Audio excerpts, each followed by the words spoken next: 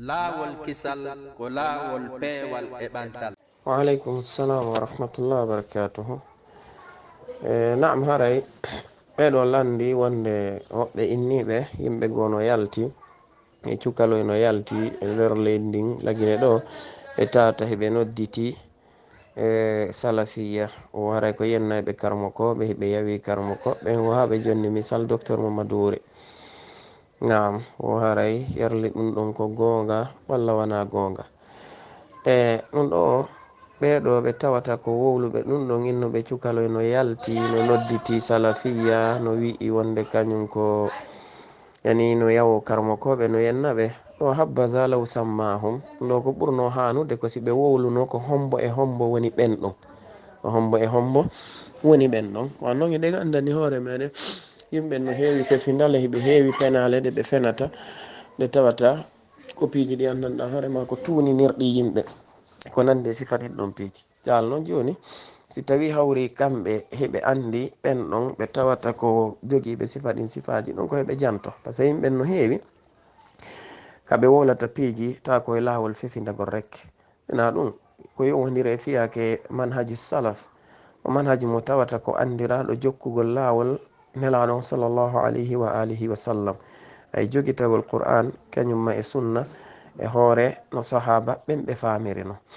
idan haray ɗo ko yo yiltito e kañum wowlamɓe on ɓe jantano on ko homɓe e homɓe e homɓe woni ko ɓe faandi o wannon ɓe gandi mo jokki sunna nelaɗon alayhi salatu wassalam la shakka a heɓay ayɓe waɗi sunna on si a jokki a yaari ka suufiɓɓe ɓe daroɓe innama onon on teddina moɓɓe on teddina bi mana waliya ɓen ko nande sifarin peeji sa yaari ka shi'a ɓe inna onon on teddina ahlul beyt on yiɗaɓe on mawninaɓe ko wana noon si a yaari sengo ka ihwanul muslimin ɓe daroɓe inna on teddina karmo koɓɓen o waɗirani o wattitirani ɗiɗo ko piiji ɗi tawata neɗɗo on koyo eto tun o nunɗa o eto o nunɗa naam ko ɗum ɗo woni ka tigi tigi joni koyeɓe wolan en ko homɓe woni ɓen ɓe tawata ko yawiɓe karmo koɓɓen ko homɓe woni yennude docteur Mamaduri ɓe addana en kadi ko honto ɗum ko honto ɗum ɗon tabitima hitoji maɓɓe ɗin e ko nandi e sifa ɗin ɗon piiji amma noon si tawi ko fiiko lutodirgol e docteur Mamaduri ko ɗum ɗon ɓe woni yennude yennugol docteur Mamaduri ɗum ɗon la shakka hay docteur Mamaduri kamɓe tigi mi tanjinaki ɓe wiyay ɗum ɗon ko yennugol ɓe noon ko waɗi noon affaire ka ɗo diina yimɓe ɓen ɓe lutodiray e masalaji ɗi tawata ko masalaji hewɗi no ɓe famire noon e yi mazhabuji ɗin nayi no woniri noon imam ahmad e lutodirno imamu shafai e piiji go imam ahmad fi kala jangue jungo imamu shafai imamu shafai lutodirno imam malik e piiji go fi kala ɓe jangue jungo maɓɓe donc wiwgol tun joni yimɓe ɓen ko be si neɗɗo goto faami fo koyo ar fama on ɗon faamu si tawi a lundike on ɗon faamu ko ɗum woni a yenni on tigi ma a yawiki on tigi non la shakka ko angal gandal wowlata ɗum ɗon e angal nunɗal angal gandal wowlata ɗum ɗon e angal nunɗal na waaleykum salam wa rahmatullah wa barakatu ɓeɗo landi haray neɗɗo mo tata ko yaltuɗo e leydi muɗum ndi o yehi leydi goo fi jangoygol sifa wana o wala guine ɗo o yawano sénégal ma o yawano leydi goo haray yarlino sellanamo ka sharia dinande o ɗoytata julde fodde himo ton oɗo masala masala mo tawata karmokoɓe ɓen no fotti wonde si tawi hawri kanko neɗɗanke on o anniyaki waɗugol ton ɓe mana si tawi o setike kanko neɗɗanke on o yehi e nokkure o anniyaki ɓurnugol ton balɗe 4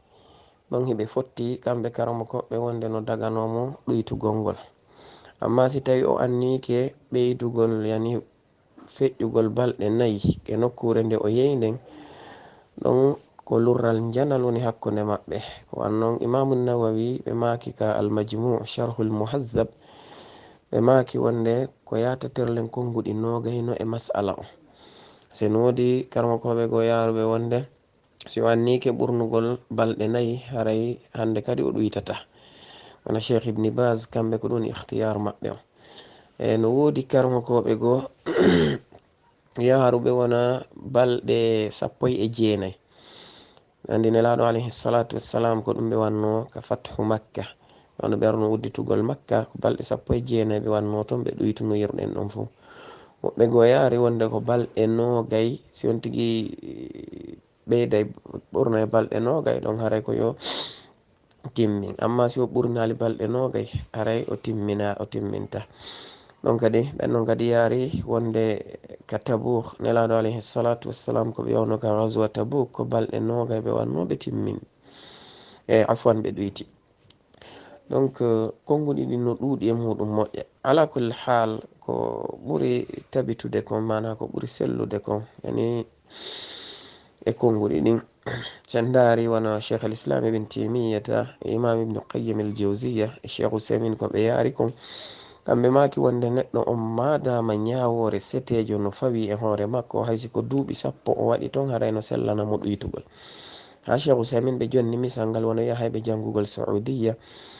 ɓen ɗon e hoore muɗum madama anni e maɓɓe on ko ɓe artoyeɓe ko naɓi ɓe toon ko yeru haaju ɗum woni jangugol ngol idan harayno daganoɓe ɗuytugol julde nden fodde hiɓe toon ko on tun woodi tanbihi mo watte neɗɗo on si tawi hawri o woni e nokkure nden toon si o nani noddinandu o yawga juulirde o juuloya ɗon ko yo timmine donc na yo jooɗo ka suudu o hodditoraynnugol ɗon o ɗuytay o ronka yaade ka juulirde ko yawo juula ka juulirde amma noon si tawi joni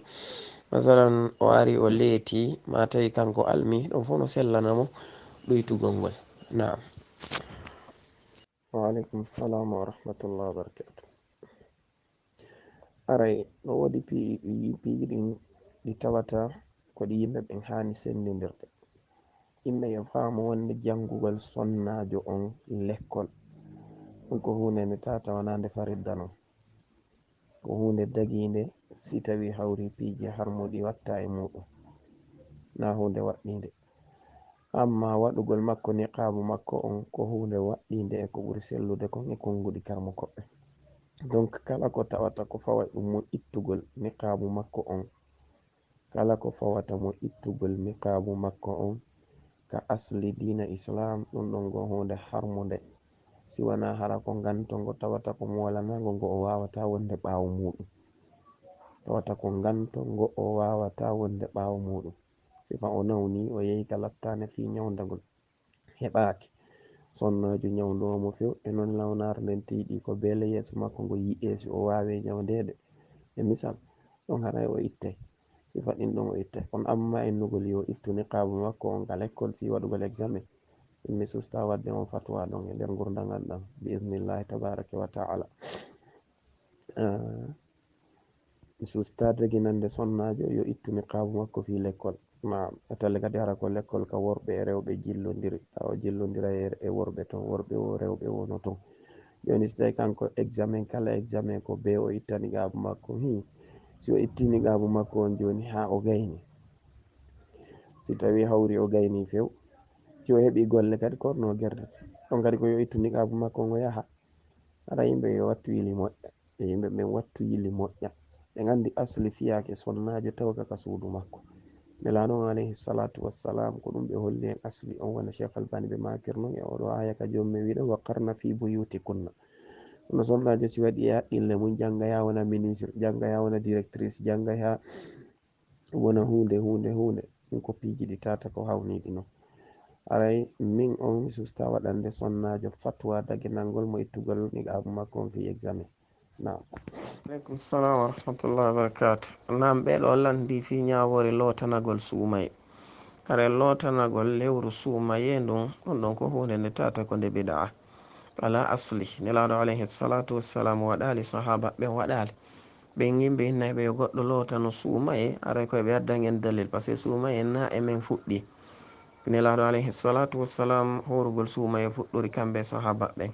jon noon ko tabitali e maɓɓe kon e sifa ɗin ɗon piiji ko piiji sincali ko rentagol e majji waaleykum salam wa rahmatullah wa barakatuhu neɗɗo si tawi a andi goɗɗo welatama ta jaɓo jomba ma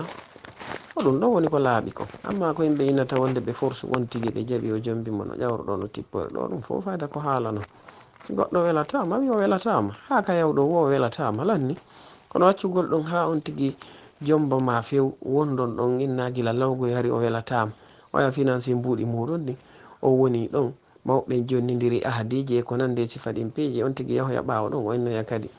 wonde on ɗo welatamo jonnon ka andunoɗa ɗon a wonoyta ka makko ko ya eto nun hara aya haali ka makko ko ɗum ɗon ɓuri moƴƴude.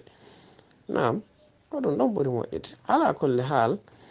si tawi hawri ko ɗum ɗon ka sharia dina islam no wawi dagade si tawi o andi o wawata forsude hoore makko ko ɓuri e fanɗude fino on ɗo weliramo maɗum o wawata bi ma'ana muññade o wonda e makko ɗon haɗa ka sharia no daganomo tortagol hoore makko lakin yo andu ara o so jiyoya par ce que kanko wino lawno falamo joni noon ɓawa andi o yatama duwanomo haalande o yata hara o yahaali. Wa aleykum salam wa rahmatullahi wa barakatuh. ɓe landi ko honɗum woni ñawore juulugol ɓawo neɗɗo mo tawata o sellina fatiha makko o masalan hara ko wi'o wala laalina hara o wiyata wala dallin. alhaali neɗɗo mo tawata o sellina fatiha makko on wana cheikh ibni bas ɓe landama fi muɗum kamɓe cheikh on ɓe maaki wonde neɗɗo mo sellina fatiha muɗum on kanko neɗɗo on awwalan taw ko yo laaɓane reedu o holle wonde jangginno o woni janngirde noon sella si tawi hawri o jaɓi ɗum ɗon alhamdulillah aɗa on tigi no wawi julde ɓawo makko wona neɗɗo on innu wonde sa faljitiɓe ɓe innayɗa boni nedi maɗa waɗirni maɗa wattitiri ni madama hiɗa wawa ɓe faljitude an neɗɗanke on tawa bononda mo tawata ko ɓurɗo on ɗon waɗali amma fi wigol ɗa boni nedi ɗum ɗon ta hulu ɗum sa waɗay da'wa ko be ɓe innama ɗum ko non nelaɗon alayhi salatu wassalam daɗali ɗum ko wana no annabaɓe luttuɓe ɓe daɗali ɗum ɗon an kadi a neɗɗo mo tawata ko a faljitowo yimɓe ɓen kadi na daɗata ɗum ta hulu felore felowo ko alladhina yuballighuna risalati llahi wa yakhshawnahu wala yakhshawna ahadan illa Allah. Ana ko yimɓe ɓe tata ko yettineɓe nelal allahu ngal ay risalati rabbihim nelal joomi maɓɓe ngal ɓe hulamo kanko Allah ɓe hulata hay goto sina kanko. Idan awwalan ko yo neɗɗo on laaɓane reedu si tawi o laaɓanama reedu o hollama wonde on janggin makko ɗon sella laaɓinanamo reedu bil hikmati wal maw'idati al hasana. Si tawi o changi alhamdulillah juule ɓawo makko. Si tawi noon ko ka ɗengal makko woni o wawata woni few wana mawnintinare haɗimo ko angal wawugol kaka ɗengal woni ɓe maki on ɗon no selli juulugol ɓawo makko ko annon la yukallifu llahu nafsan illa wus'aha. Allahu wi fattaqullaha mastata'tum hulire Allahu yerutaka moɗon o. Bilal ibn Rabah e zaman nelaɗo alayhi salatu wassalam fewndo ɓe noddinayno hari sinu on kamɓe ɓe addaynomo ka lonto shin masalan innugol ashhadu ɓe watano makude ash bishini ɓe makayno ko as bisini nelaɗo alayhi salatu wassalam ɓe tawi ko ka ɗengal woni ɓe maki sinun inda bilalin shinun inda Allahi. Idan si tawi neɗɗo o wawata woni few ko ka ɗengal woni ɗon haray haɗata juule ɓawo makko. Amma noon si tawi o faljitama o mawnintinike o salike jaɓɓugol faljitande nden kamɓe cheikh ibni bas ɓe maki ɗon haray sellata juulugol ɓawo on ɗon neɗɗanke haray neɗɗo on ko yo woɗɗito juulugol ɓawo makko. Si tawi ɗon hawri a yehi e hoɗo tawi ko noon ɓe woniri tawi a faljitiɓe ɗum ɗon woni tana molanaɗo ɓe jaɓali wurtude haray koya juulu an e hoorema juula ka suudu sa heeɓi yimɓe jamaɓe juulidata e muɗum juula si tawi juulirde goo ala ɗum haray ɗum noon kadi neɗɗo on koyo wakkilo o egga e nden ɗon nokkure o yaha e nokkure ko heɓoyta julde jama ɗum wona kermo ko ɓe lajjina ɓen ɓe makiri noon si tawi neɗɗo ari e nokkure tawi o heɓata ɗum selluɗo aqida mo o juulata ɓawo muɗum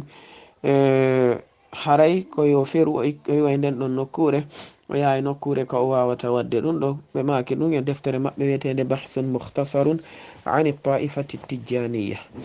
Naam. Wa aleykum salam wa rahmatullah wa barakatuh. ɓeɗo landi si tawi hawrino sella juulugol e nder juulirde nde tawata kaburu no e mayre haray juulirde nde tawata ko juulirde wiyetende kaburu no e mayre no mari alhaaliji sertuɗi. Si tawi hawri hakkunde juulirde nden e kaburu on goɗɗum no hakkunde muɗum maana muɗum wana e nder parcelle goto woni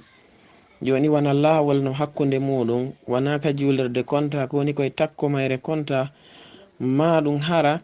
kurno hakkunde muɗum kaka ɓawo kuru julirde woni ko qaburu o woni, julirde kañum no ka nder kur, ma hoggo no hakkunde muɗum ka ɓawo hoggo julirde qaburu o woni, julirde kañum no ka nder hoggo. ɗon haray no sella julugol ɗon ko wannon on ɗon qaburu wiyatake ka nder julirde o woni.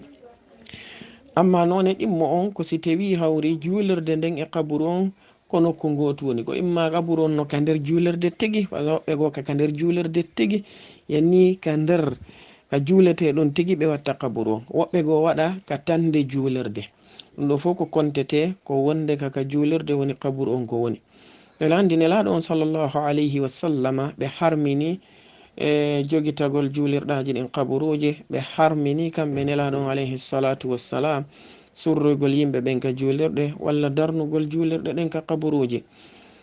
ko wana noon julugol kadi ka kaburuji ɗi woni ɗon, ko wannon si inama jogitagol julirɗaji ɗin kaburuji, wona cheikh mouhammad bin abdul wahhab ɓe makiri noon ka deftere maɓɓe ma yatamayyazu bihi lmuslimu anil mushriki, ɓe maki wonde si innama jogitagol kaburuji ɗin julirɗe no jeeya muɗum julugol ka kaburuji ɗi woni ɗon. aray gon sengo ɗum si tawi woniri noon wona imam ahmad ibni hambal, cheikh l'islam ibn timiyata, e imam ibn qayyim al jawziya, e cheikh ibni bas, ɓeɗo ɓe maki wonde sellanta neɗɗo on julugol ɗon. so juli ɗon haray julde makko nden ko julde nde tata ko nde bonde. ɗo waɗi karamo koɓe go yaruɓe wonde jogitagol kaburu on julirde, yani ardugol surra goɗɗo ka julirde ma darnugol julirde ka kaburu no harmi la shakka. ɓe yaari kono si goɗɗo ari juuli ka julirde ɗon, ɓe wi haray añanamo julugol ɗon bonnatamo julde nden. on noon ka tigi tigi ɓeeɗa ɓe janti ɗen fi muɗum nanen kamɓe ɓe maki julde nden nde bonay, haray kanko neɗɗon ko waɗɗimo ko fillitagol julde makko nden. eɗan haray ɗo e ɗum kanko neɗɗo on ɗen wi'amo yo woɗɗito ɗum ɗon hattirde woɗɗitagol. naam, ɗum woni julugol e ɗin ɗon nokkeli. Waalaikum salam wa rahmatullahi wa barakatuh. Haray orange moni mi anda ella e ɗum ɗon yeru ko mi andi kon fi retiru gongol e ɗum on yeru ɗum ɗon mana margol mbuɗi ka orange moni yawgol retira e ko nandi sifati ɗum ɗon on mi anda probléme. amma ko woni dow dow ton kon ɗum ɗon mi humpitaki fi ɗum ɗon ko laaɓi. amma noon a ukkude ton mbuɗi ma ka compte ma orange moni retiroya konko ɓe on ɗetti ɗon ko paasi ɗum ɗon ko joddi ko ɓe maran ma konno, ko ɗum ɗon ɓe woni hettude ɗon ɗum ɗon ala ella. parce que ɗi ɗumaji société de transfert ji ɗin tigi sa itti ɗon mbuɗi ɗo naɓude masalan wona labbe sa jonni ɓe ɗo ɓe ɗetta e paasi majji o, donc ɗum ɗon ala ella. amma banque ji ɗin banque si tawi hawri neɗɗo o yeeyi o udditi compte ko yo wakkilo o uddita compte mo tawata o yoɓa ɓe ko ɓe maranta mo kon, ɓe fawantamo intérêt hay e hunde. par ce que ɗin intérêt ji ɗon ɗi dagotako few, ɗin intérêt ji ɗi ɓe fawantamo ɗon ɗi dagotako,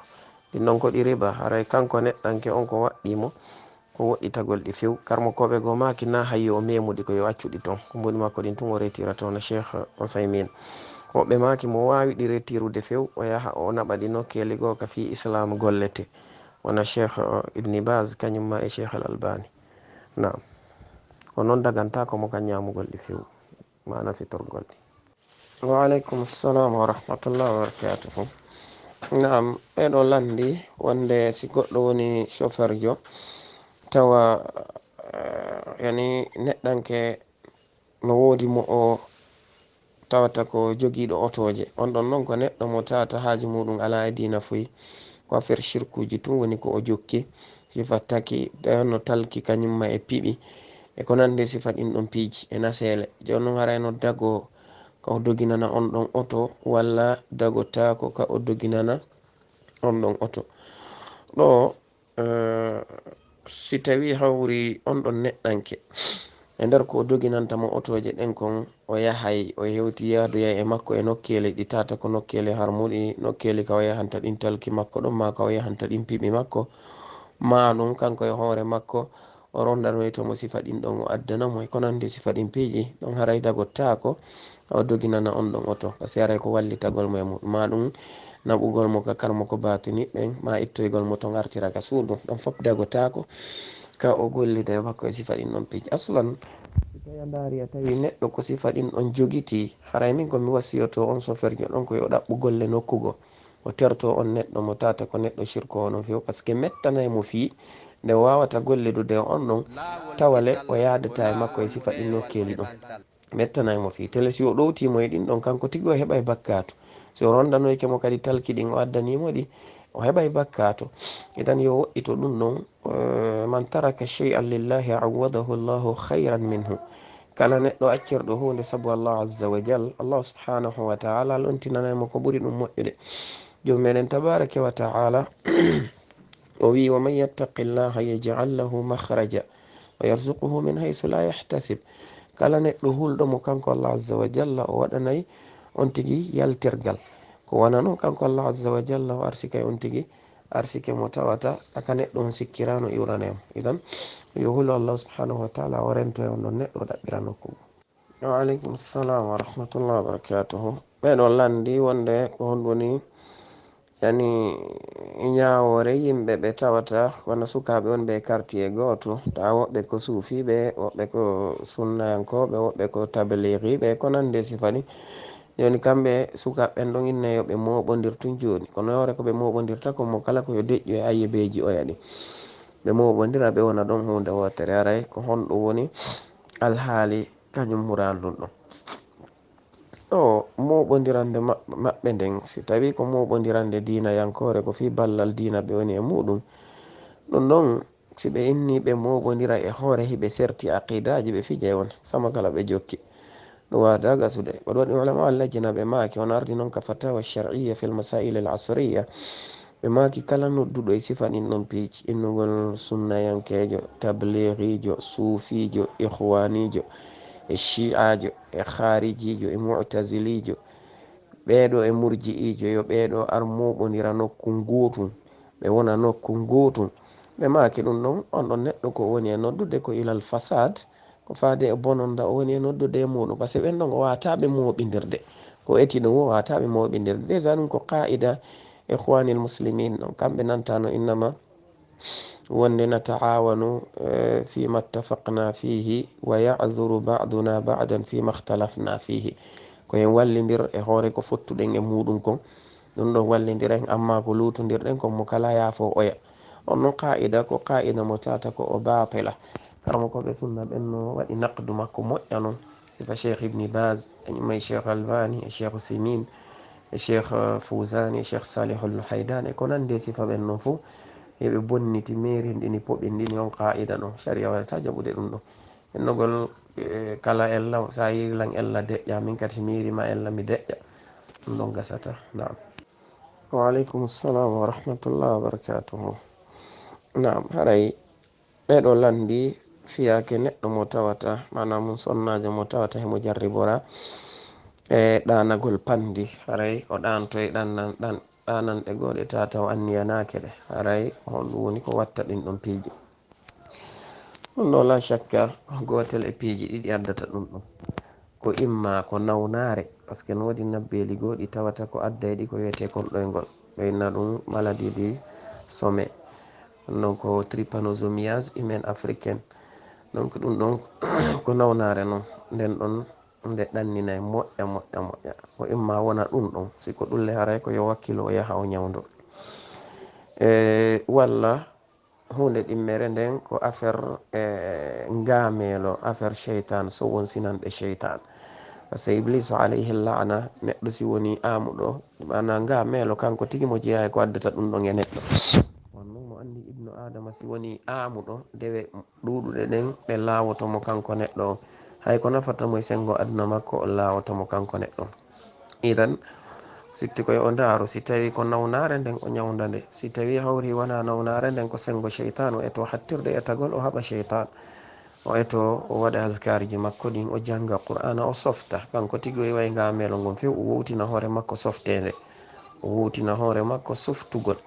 emmagol nanga dewe arana joɗagol tun ma walagol tun ko nande sifa ɗin ɗon piiji, janto inde allah, o janga qur'an, o rewto bindi makko ɗin, o julana allah subhanahu wa ta'ala, o wonda e yimɓe ɓen hara o jaɓali weddade fiye o waw wowtude softingol ɓandu makko. Naam. Waalaikum salam wa rahmatullahi wa barakatuh. ɓen o landi wonde no anda Quraysh ɓen ɗon ko min Ismail ko immorde annabi Ismail. Joni noon haray ɓe faala andude portoɓɓen si tawi ko annabi Yaquba woni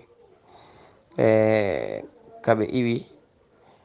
yimɓe luttuɓe ɓen kadi ɓe wona portoɓen ɓe wona Quraysh ɓen kadi ɓen ɗon kadi ko honno iwdi maɓɓe ndin iwre. Haray ɗum ɗo o yafoto fayda ɗum ɗo ko lande ɗe tawata taw ko lande la fa'idata fiha, yani nafoore ala e majje sifa ɗe ɗo lande ko ɓuri hewde ko min on de e faamu an o yafoto no. Haray ala kulli hal ko yowodiri e fiyake yimɓe ɓen en fo ɗen andi Allah azza wa jalla ko itti en fo meɗen koye Adama alayhi salatu wassalam. Allah subhanahu wa ta'ala o wi ya ayyuha nnasu inna khalaqnakum min dhakarin wa untha. Kanko Allahu tabaraka wa ta'ala o wi gomɗi dey min mi tagi on ono yimɓe ɓen immorde e gorko goto e sonnajo goto. Gorko goto woni Adam, sonnajo goto woni Hawwa. Andi noon Hawwa tigi koye Adama iwi. Jomɓe wi ya ayyuha nnasu ittaqu rabbakum alladhi khalaqakum min nafsin wahidatin wa khalaqa minha zawjaha. O tagi immorde wonki kin sonna makki woni Hawwa. Idan en fop ben koye Adama iwɗen ko ɗo sinelaɗo alayhi salatu wassalam ɓe maki kullukum min Adama wa Adamu min turabin. ɓe maki en fo meɗen koye Adama iwɗen, Adama koye leydi ndin iwi. Annabi Adama kamɓe innete Abul Bashar, baben ɓandinki fo. Jon noon karmo koɓe tariha ɓen ɓe maki e zaman annabi Nuhu alayhi salatu wassalam, nde Allahu azza wa jalla ƴawnuno annabi Nuhu e yergomɗi ɓe wonde maɓɓe ɓen ka nder laana,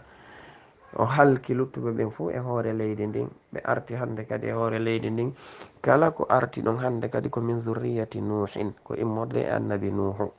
Ɓe ko ɗum waɗi si annabi Nuhu inna ko kamɓe woni Abul Bashar athani, Abul Bashar athani. Donc haray ko yowodiri e fiyake innugol ɓeɗo ko porto ma, ɓeɗo ko ɓale ma, ko nande sifa ɗin piiji ɗum ɗon fu koye annabi oɗo annabi Nuhu alayhi salatu wassalam ko ɗum woni. Ɗum ɗon fu ko yalti fewndo yimɓe ɓen halka, luttiɓe kamɓe e ɓen gure maɓɓe nden kamɓe annabi Nuhu alayhi salatu wassalam. Idan kala ko arti ɓawo ɗon kon fop ko e maɓɓe kamɓe woni ko iwi. Amma ko woduno kon ado maɓɓe ma fewndo maɓɓe ɗum ɗon koye Adama alayhi salatu wassalam woni ko iwri. Na amma noon innugol portoɓɓen siko annabi Yaquba woni ɓen maɓɓe o annabi Yaquba e hoore muɗum ko ɓe jeeyaɓe e geɗal ɓe annabi Ibrahim, mana mum ka sengo Ishaq, kamɓe ko Ishaqa wonno baben maɓɓe. Bani Israila yankoɓɓen innete zurriya iwruɓe annabi Yaqub, wonno annabi Yaquba innete no Israil. Na amma joni luttuɓe ɓen ɓale ko nande sifa ɗin peeji aslan ɓen ɗon fof koye annabi Nuhu to woni ko iwri. Annabi Nuhu kadi e yimɓe ɓe tata ko attiɓe ɓe ɓen ɗon fof koye Adama alayhi salatu wassalam woni ko iwri. Naam. Wa aleykum salam wa rahmatullahi wa barakatuh. Asli on taw wonande sonnajo ɓuri mo moƴƴande ko juulugol ka suudu makko, foti ko julde farida, foti ko julde naafila. Juulugol makko ka galle makko ɓuri marde baraji e ɗi yaltugol makko o yaha ka juulirde. Senelaɗo alayhi salatu wassalam ɓe mako no wa buyutuhunna khairul lahun. Yon noon si o yeeyi ka asli ko imamu wonta yeeso ɓawo ɓe wona ɓawo, ko ɗum ɗum woni asli on ka sharia dina islam. Amma no yimɓe si ari juuli ɓawo yeeso imamu on, ɗum ɗon karmo koɓɓe no mari lurral e fi julde ɓen ɗon nde. Wana imam Malik kañum e konngol imam Shafi'i aranol ngol, kamɓe ɓe yaari wonde no sella few si on tigi juuli yeeso imamu o, haray ala muskila julde makko nden nde sellay. Woɓɓe goo yaari wonde sellata few, ɗum ɗo woni qawlul jumhur, wonde mana muɗum sellanta neɗɗo on few juulugol yeeso imamu o. Wano imam Abu Hanifa kañum imam Ahmad imam Shafi'i kamɓe yaari no konngol tammol. Woɓɓe inni wonde si tawi ganto no woodi, masalan wona juulirde nden sifano jantorɗon ɗon no, hara juulirde nden kono nde wondiri noon ko ɗum woni addude ha yimɓe ɓen wawa wonde yeeso imamu o, ko saabu wona ɓawo heewi ta ala kaɓe wona sina yeeso ɓe maki ɗon haray no sella si ganto no woodi, si ganto ala ɓe wi haray sella. Donc haray neɗɗo on yo wattu yili moƴƴa e ɗin ɗon piiji si tawi ganto no wodi mo wawi jolde yeeso toon si ganto ala ko yo woni ɓaawo. Naam wa aleykum salam wa rahmatullahi wa barakatu. ɓe landi fi kortesugol imamu on ka juma ɗowta mo wowla takbiratiji ha ɓe hewtoya ka o julnata juma on ɗum. donc hunde nde tata ɗin o yeru komi yi komi yalmiyanal ɗum bindi ka tawata ko tabitu ɗum e nelaɗo alayhi salatu wassalam ma sahabaɓe par ce que imamu juma koye maɓɓe fuɗɗi kamɓe. donc piiji ɗi tata ko sincadi ɗi yimɓe koye woɗɗito e majji hattirde woɗɗitagol. Naam. Wa aleykum salam wa rahmatullahi wa barakatuhu. ɓeɗo landi haray manama no haɗa soɓɓindagol ñaama haray ko façon soɓɓindande honde woni nde tawata ko haɗande nden. haray si innama soɓɓindagol eɗen andi no mari noneji. neɗɗo on no wawi walorde bi ma'ana beccal makko ngal kono o soɓɓindo e hoore jungo makko ngon. hara jungo makko ngon kañum imo darnigo fayda après o fawa hoore makko nden ka hoore newre makko ono hara mo wallini busal jungo makko ngan ka leydi non no wiye soɓɓindagol. no wona noon kadi ta neɗɗo no jooɗi hara o walaki kanko neɗɗon himo tugini e hoore jungo makko ngon non kadi no wiye soɓɓindagol. non fu ko noneji soɓɓindagol non bal no wodi ay karmokoɓe yaruɓe wonde ma'ana soɓɓindagol ngol ɗon on ittika wowlaɗo ɗon ko ajjagol. so dari wona ka ɗuma on ka riyadu salihin wa imamu nawawi no ɓe addiri ɗuma on riwaya on non ka dambugal muɗum wodi riyadu salihina mo tawata ko waɗaɗo taliqatji firugol ɗumaji ɗin ɓe janti fi muɗum ɗon woɓɓe no yaari innugol wonde ma'ana ittika on ɗon ko ɗum woni ajjagol. ala kulli hal neɗɗo on soɓɓindagol makko kol foti mo waali o walor beccal makko ngal o soɓɓindi e hoore jungo makko ngon ma o jooɗi o soɓɓindi e hoore jungo makko ngon rayna waɗɗum ɗon si tawi hawri mo ñamude. Naam. wa aleykum salam wa rahmatullahi wa barakatu. on ɗon alhaali on ko darete ko mutugol nangue ngen e sanga ka farida o yalti e makko ɗo. cheikh Ousaimin ɓe maki si tawi hawri farilla o memminike ka reedu makko manam mo ƴiƴam filorda memminike ka reedu makko ɗa yaltali sina ɓawo nangue mutude ɗon haray o yoɓata ngal ɗon ñallal. amma si tawi ɗa yalti ko atti nangue ngen mutude kanko tigui o andi hari ɗa yaltino ko atti nangue ngen mutude hay si tawi ko semminit woni hakkude yaltugol majjan e mutugol nangue haray ngal ɗon ñallal o yoɓay ngal. amma noon si tawi hawri o famali few hay memminagol majjan ko fewdo o taƴi few mana mo nangue muti si o yiɗan noon on haray kaka o yiɗan ɗon o kontata ɗa yalti madama ka o yiɗan noon ko tawi nangue nge muti tele o sowali kadi argol majjal ko atti ɗum no on haray ngal ɗon ñallal o yoɓatagal. Naam. Aleykum salam wa rahmatullahi wa barakatuh. ɓeɗo landi ko honɗum woni alhaali neɗɗo mo tawata ko dambitiɗo ka sunna jon non hara no wodi fedde gonde tawata ko fedde bid'ayankore nde jeyaka e feddeji sunna ɗin tawa kanko o jiwgana e ɓen ɗon o waɗanay ɓe difa fi laɓɓingol ɓe e fi mantugol ɓe e coɓugol ɓe ko honɗum woni ñawore makko. ɗo wana imam ahmad ibni hambal no tabiti e maɓɓe kaɓe landa sifa ɗum ɓe maki wonde neɗɗo si tawi hawri o woni kanko neɗɗanke on sifa oɗo alhaali ɓe maki hunde aranere nden ko o waɗante kon ko yo ɓanginane wonde nden ɗon fedde ko fedde biɗa o andine ko non no wawi wonde haramo majja fi mayre o anda haqiqa mayre o si tawi non hawri o andinirama bil adillati alwadiha walbarahin walhujaji alqa'ima walqayyima si tawi kanko neɗɗon o ɓanginiranama ɗum ɗon fuu o jaɓali hay joni jogitade hoore makko e coɓugol ɓen ɗon kañum e mantugol ɓen ɗon ɓe maki wonde yulhaqu bihim kanko neɗɗon o nattete e maɓɓe aray o dambete e ɓen ɗon kanko neɗɗanke on ɓe yimɓe biɗa ɓe o jiwgani ɗon ɓawo ɓanginanede o sali. kadhalika cheikh ibni bas e hoore muɗum kono woni no ɓe makiri fi muɗum kamɓe tigi e hoore maɓɓe ko wona noon cheikh hamoud ibni abdillahi tuwejiri kamɓe kadi kono ɓe makiri si tawi neɗɗo on o jiwgani o coobi o manti fedde biɗa yankore o ɓangi koyo ɓanginani ka arande laawol o andine ellaji maɓɓe ɗin e tanaji maɓɓe ɗi wondude e dalilaji. si tawi o andinama noon o ruttike alhamdulillah. si tawi noon kanko neɗɗo on o jokkitike e mantugol ɓe e cuubugol ɓe e sembingol fi maɓɓe, on haray ko o dambeteɗo e maɓɓe kanko neɗɗanke on, haray nde ɓe jante kanko kadi o jantete ɗum. Naam. Waaleykum salam wa rahmatullahi wa barakatuh. Ɓeɗo landi fi neɗɗo mo tawata o juuli onno o hiri jemma ha o waloyo noon o wetora fi subaha on tawa ñalli so fini ɗon ko honno o gerdata. Haray koko yowodiri e fiyake hirde. Andi nelaɗon alayhi salatu wassalam hiɓe añuno hirde nde tawata na yowodirde e fiyake dina islam. No ardi noon ko hadis abi saidin al-khudriya radiyallahu anhu, kamɓe nelaɗo alayhi salatu wassalam hiɓe añi hirde nde tawa na yowodirde e fiyake islam. Ay hirde mana muɗum yewtere ɓawo geeƴe. Joni noon neɗɗo on si tawi hawri ko islam tigi o woni hirude fi muɗum, karmo koɓe maki ko yo eto hattirde e tagol tawa hirde nde o hirata ɗon nde battinoyta e juuloygol makko julde subaha nden e waktu mayre on e ka julirde. ko wanno si o hiiri kanko neɗɗo on hirde dina yankore yeyi ɗum ɗon haɗimo ɗa hirde nden ɗa ko nde sunna ɗum ɗa ko faridda. Cheikh Albani ɓe maki misal makko no waywa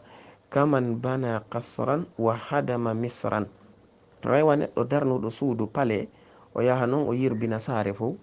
o darni pale goto galle gote kono o yaha o yirbina saare fo. Ɗon haray ko hunde nde sellantamo noon kanko neɗɗo. Aray si ɗum ɗo waɗi ka o fini ɗon kanko neɗɗanke on koyo o wakkelo o salligo on sati o juula ɗuma darɗe ɗen ɗiɗi rakatel fajiri on, so gayni ɗen ɗon noon on tuma o juula subaha on. Donc si tawi hawri waktu subaha on feƴƴi mana mo nangen ƴawi, si tawi nangen ƴawali hentini tun on haray o ndaray. Si tawi mo wawi julde darɗe ɗiɗije ɗen o nata e julde subaha nden o heɓa bete darde wotere ɗo nangen ƴaw, o fuɗɗoray darɗe ɗiɗije ɗen. si o wi o waɗay ɗum ɗon haray subaha on o feƴƴiraymo nde mo fuɗɗomo o heɓa darde wotere makko haray nangen ƴawi, ɗum o fuɗɗoray subaha on. so o gayni noon o adda kañum rakatal fajiri on. Naam. laawol kisal ko laawol peewal e ɓantal.